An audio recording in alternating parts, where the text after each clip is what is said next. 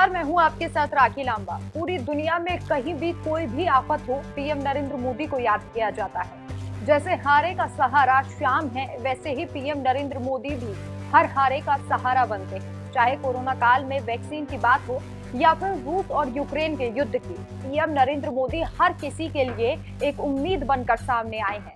इससे अंदाजा लगाया जा सकता है कि आज वैश्विक तौर पर भी पीएम नरेंद्र मोदी का कद कितना बढ़ चुका है।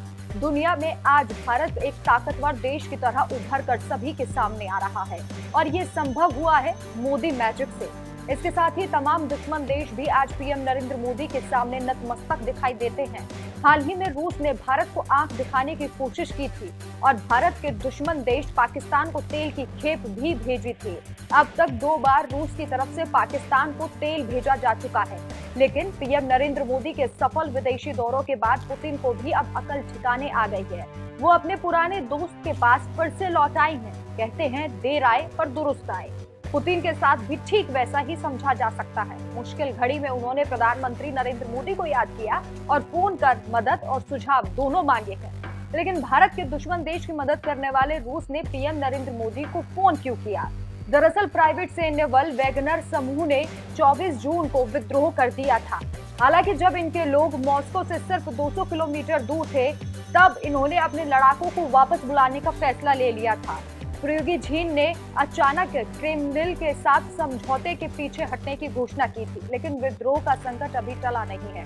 वहीं दूसरी तरफ यूक्रेन से युद्ध को लेकर पुतिन चिंतित दिखाई दे रहे हैं। इसी बीच पुतिन और पीएम नरेंद्र मोदी की फोन पर बातचीत हुई और इन दोनों मुद्दों को लेकर अपने विचार साझा किए गए और इसी के साथ ही पीएम नरेंद्र मोदी से उनके विचार भी जाने। यूक्रेन के खिलाफ रूस ने पीएम नरेंद्र मोदी से की शिकायत। रूस ने कहा कि यूक्रेन सरकार डिप्लोमेटिक सॉल्यूशन के लिए गंभीर नहीं है। यूक्रेन इस युद्ध को सुलझाने के लिए किसी राजनीतिक और डिप्लोमेटिक कदम उठाने से इनकार कर रहा है। भारत रूस के संबंधों को अगले स्तर तक ले जाने, आपसी रणनीतिक साझेदारी मजबूत करने के लिए पुतिन और मोदी ने लगातार संपर्क में बने रहने की भी प्रतिबद्धता जताई। बातचीत के दौरान मोदी ने डायलॉग और डिप्लोमेसी की अपनी पॉलिसी पर जोर दिया। ये वही रूस है जो पाकिस्तान को तेल की खेप भेज रहा है। रूसी राष्ट्रपति की पीएम नरेंद्र मोदी से फोन पर बातचीत ठीक पीएम नरेंद्र मोदी के अमेरिकी दौरे के बाद हुई। इससे पहले उन्होंने प्रधानमंत्री नरेंद्र मोदी को अपना दोस्त भी बताया था। पीएम की ताकत से पुतिन के भी सुर बदल गए हैं और यही कारण है कि पुतिन ने भारत के मेक इन इंडिया की भी खूब तारीफ की थी। यहाँ तक कि मोदी को सबसे शानदार दोस्त भी बता दिया था। उन्होंने बीते दिनों कहा था, भारत में जो भी अच्छा काम हो रहा है उसे सीखने में रूस को कोई हर्ज नहीं होना चाहिए। भारत में हमारे दोस्त प्रधानमंत्री देश में कई साल पहले एक योजना की शुरुआत की थी जिसका नाम है मेक इन इंडिया। इस योजना का भारत की अर्थव्यवस्था पर असर दिखाई दिया है।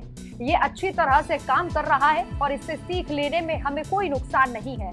हम अपने प्रोडक्ट को और आधुनिक रूप देने के लिए ज्यादा सुविधाजनक और फंक्शनल बनाने के बारे में सोचने की जरूरत है।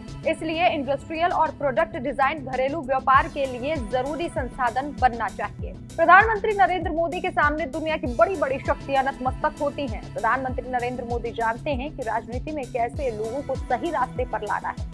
पुतिन का मोदी से बार बार बात करना ये साबित कर रहा है कि हर मुसीबत में आज दुनिया, हर कोई देश प्रधानमंत्री नरेंद्र मोदी की तरफ क्यों देख रहा है, क्योंकि सब जान चुके हैं कि मोदी है तो मुमकिन है।